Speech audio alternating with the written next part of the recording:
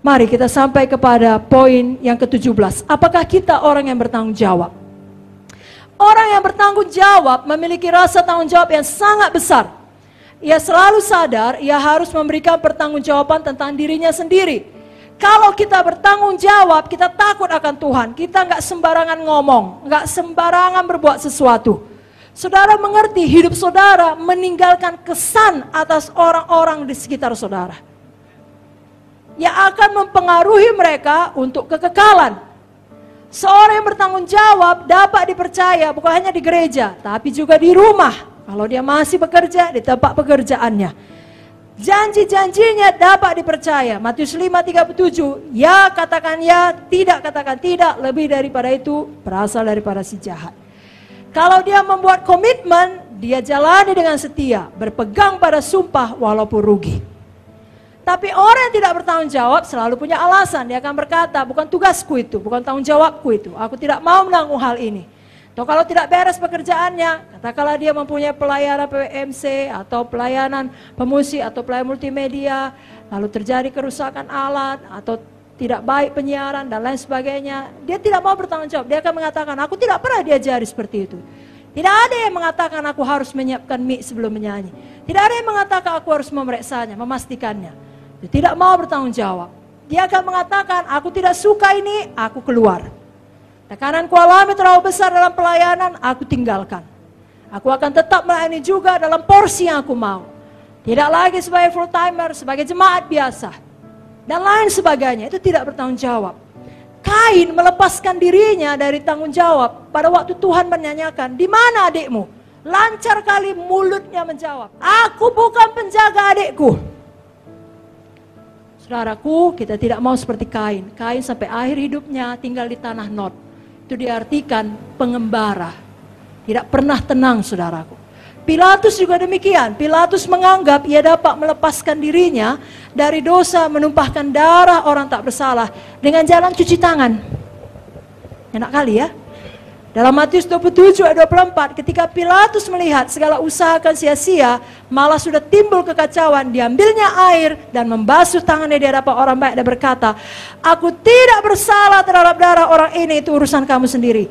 Tapi sesungguhnya Pilatus memiliki kuasa untuk melepaskan atau menghukum. Karena itu Tuhan menganggapnya bertanggung jawab. Dalam Yohanes 19 ayat 10 dikatakan, kata Pilatus kepadanya, tidakkah kau mau bicara dengan aku? Tidakkah kau tahu aku berkuasa membebaskan engkau? Aku juga berkuasa menyalibkan engkau.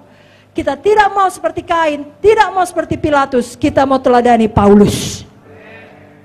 Paulus saking bertanggung jawabnya, dia sering mengatakan hal yang sering dikatakan bolang juga. Bolang seumur hidupnya dia berkatakan, aku harus bayar hutang.